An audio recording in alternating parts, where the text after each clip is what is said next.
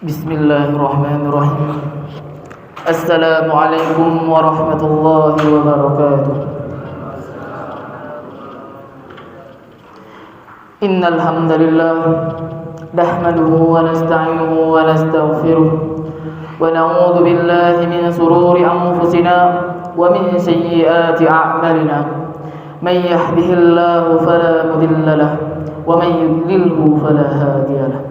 أشهد أن لا إله إلا الله وحده لا شريك له وأشهد أن محمدا عبده ورسوله. اللهم صل وسلم وبارك على نبينا محمد وعلى آله وصحبه ومن تبعهم بإحسان إلى يوم الدين. يا أيها الذين آمنوا اتقوا الله حق تقاته ولا تموتن إلا وأنتم مسلمون. فإن أصدق الحديث كتاب الله وخير الحديث حديث محمد صلى الله عليه وسلم وشر الأمور محدثاتها وكل محدثات بدعة وكل بدعة ضلالة وكل ضلالة في النار. أما بعد. Alhamdulillah, kita bersyukur kepada Allah Subhanahu wa taala yang mana Allah telah melimpahkan karunia serta rahmatnya kepada kita, kasih sayangnya serta nikmatnya kepada kita. Dengan nikmat tersebut kita bisa berjumpa kembali, kita bisa bertemu kembali di masjid yang kita cintai ini. Dengan nikmat dan rahmat yang Allah berikan kepada kita, kita bisa bertemu dengan bulan Ramadan yang kita cintai ini. Salawat dan salam tak lupa pula kita sampaikan kepada junjungan kita Nabiullah Muhammad SAW, yang mana beliau telah banyak sekali mewasiatkan ilmu-ilmunya kepada kita. Dengan ilmu tersebut yang beliau wasiatkan kepada kita, kita bisa mengetahui yang mana yang hak dan yang batil, yang halal dan yang haram. Dan kita berdoa kepada Allah dengan ilmunya Rasulullah SAW, kita selalu berada di dalam sunnahnya. Ma'asyiral muslimin wal muslimat rahimakumullah. Di dalam Quran surat Ali Imran ayat 102, Allah Subhanahu wa taala mengatakan, Ya ayyuhalladzina amanu taqullaha haqqa tuqatih wa la tamutunna illa wa antum muslimun. Wahai orang-orang yang beriman, wahai manusia-manusia yang mengaku beriman, ittaqullah, bertakwalah kalian kepada Allah haqqa tuqatih, dengan sebenar-benarnya takwa. Kalimat takwa sering kita mendengarnya, bahkan di setiap awal mukadimah ustaz-ustaz yang ingin menyampaikan tausiahnya, mereka mengawali dengan menyeru kepada kalimat takwa. Dikarenakan takwa ini adalah hal yang sangat penting bagi kita. Kita melakukan ibadah puasa karena ketakwaan kita kepada Allah Subhanahu wa taala. Kita melakukan salat 5 waktu itu karena ketakwaan kita kepada Allah Subhanahu wa taala. Tapi mengapa kita tetap tidak berubah? Kita selalu bergelimang dalam kesalahan yang selalu kita kerjakan. Padahal Allah telah mengatakan, ittaqullaha haqqa tuqatih, bertakwalah kalian kepada Allah dengan sebenar-benarnya takwa. Takwa di sini bukan sekedar ucapan di lisan, bukan sekedar tulisan yang disebarkan, akan tetapi haqqa tuqatih di sini adalah mengingat Allah selamanya dan tidak melupakannya, bersyukur atas nikmat-nikmat yang diberikan oleh Allah Subhanahu wa taala dan tidak kufur kepadanya, mentaati perintah-perintah Allah dan tidak durhaka kepadanya. Wala tamutunna illa wa antum muslimun. Kita semua pasti merasakan kematian. Kita melihat sendiri orang-orang tua kita meninggal dunia. Kita menyaksikan sendiri orang-orang menguburkan saudara-saudara kita. Akan tetapi ketika kita akan mati, Allah telah berpesan kepada kita, wala tamutunna illa wa antum muslimun, dan janganlah kalian mati kecuali ke dalam keadaan Islam. Berbicara kita tentang mati, pasti yang ingin kita raih adalah surganya Allah Subhanahu wa taala. Semua orang pasti ingin masuk surga dan dijauhkan dari api neraka. Ketika kita mendengar ayat-ayat tentang surga, senantiasa secara otomatis kita mengatakan, kita berdoa kepada Allah, Ya Allah, masukkanlah kami ke dalam surgamu ya Allah. Dan jikalau kita mendengarkan ayat-ayat tentang neraka, pedihnya azab Allah, hati kita bergetar. Kita takut, bahkan kita mengatakan, Allahumma ajirna minan nar.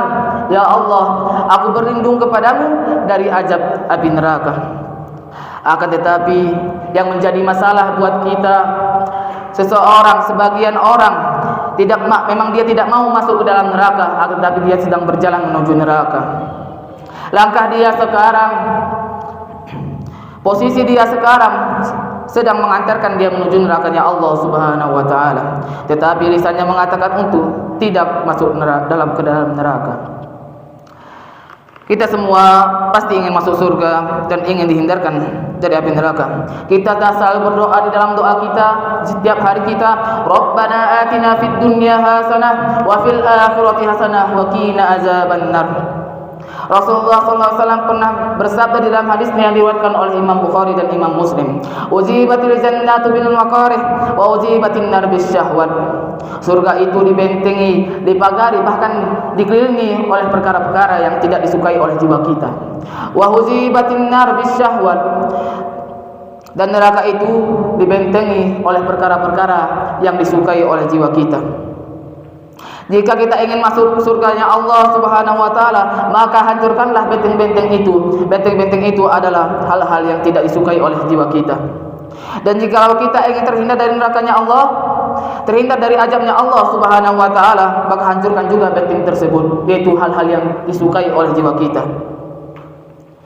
Banyak orang ketika seseorang itu disuruh untuk mengerjakan sholat, dia enggan, dia berat untuk mengerjakannya. Akan tetapi jika dihadapkan dengan maksiat, dengan perbuatan yang tidak disukai Allah, senantiasa dia dengan senangnya dia melakukan maksiat tersebut. Bahkan dia membayar maksiat tersebut hanya untuk mendapatkan nerakanya Allah Subhanahu wa taala. Nauzubillah, tsumma nauzubillah. Ma'asyiral muslimin wal muslimat, sidang jamaah salat Isya rahimakumullah. Memang dunia ini tempat ujian bagi kita selaku orang-orang yang mengaku beriman, dan tempat bersenang-senang bagi orang-orang kafir.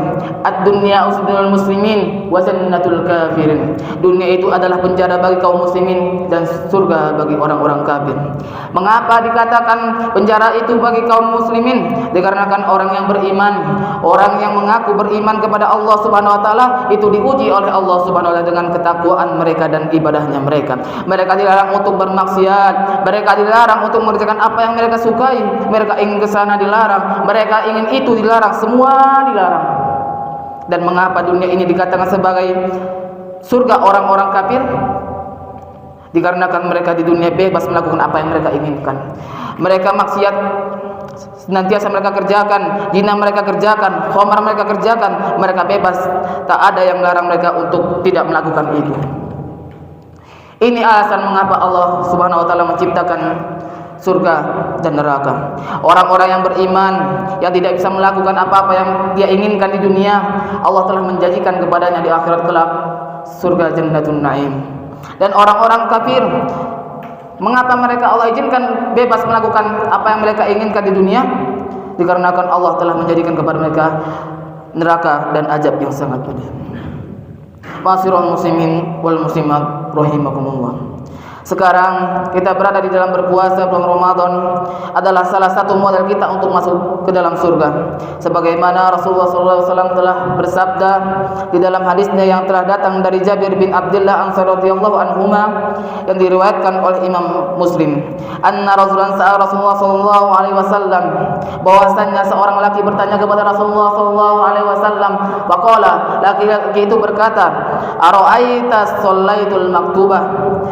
Bagaimana pendapatmu wahai Rasulullah jikalau aku melaksanakan salat wajib 5 waktu, wa sumtu Ramadan, dan aku berpuasa di bulan Ramadan, wa ahlaltul halal, dan aku menghalalkan apa yang Allah halalkan, wa haramtul haram, dan mengharamkan apa yang diharamkan, wa lam ajid ala zalika syai'an, dan aku tidak menambah apa di antara ini semua. Adkhulul jannah, apakah aku masuk surga? Kata orang tersebut. Qala, Rasulullah berkatakan, "Na'am," iya. Di bulan Ramadan ini, marilah kita beramal dengan sebaik-baik amalan, dikarenakan Allah akan melipat gandakan amalan yang kita kerjakan. Allah Subhanahu wa taala tidak pernah melihat kita dari bentuk tubuh kita, dari kekarnya badan kita, dari besarnya badan kita, dari tampannya wajah kita. Akan tetapi Allah itu melihat kita dari hati-hati kita dan amal-amal kita. Sebagaimana hadis yang datang dari Abu Hurairah yang diriwayatkan oleh Imam Muslim, Innallaha la yanzuru ila ajsamikum wala ila suwarikum walakin yanzuru ila qulubikum wa a'malikum. Sesungguhnya Allah tidak melihat bentuk-bentuk kalian dan tidak melihat rupa-rupa kalian. Walakin yanzuru ila qulubikum, akan tetapi Allah itu melihat hati-hati kalian, wa a'malikum, dan amal-amal kalian. Semoga kita bisa menyempurnakan amalan-amalan kita di bulan Ramadan ini, dan semoga kita tidak menjadi orang-orang yang rugi. Yang mana Rasulullah SAW pernah mengaminkan doa malaikat Jibril alaihissalam. Beliau ketika di saat beliau menaiki tangga mimbarnya, malaikat Jibril mengatakan, sangat rugi bagi orang-orang yang menjumpai bulan Ramadan, akan tetapi di ketika bulan Ramadan telah lewat, dosa-dosanya tidak diampuni oleh Allah Subhanahu wa taala. Kita berdoa kepada Allah agar kita tidak termasuk dari jenis-jenis orang-orang yang sangat rugi di saat bulan Ramadan. Amin amin ya rabbal alamin. Mungkin hanya ini yang dapat Ana sampaikan. Lebihnya itu datang dari Allah Subhanahu wa taala, dan kurangnya itu datang dari Ana dan dari syaitan. Subhanakallah wa bihamdihi, asyhadu an la ilaha illa anta, astaghfiruka wa atubu ilaik. Assalamualaikum warahmatullahi wabarakatuh.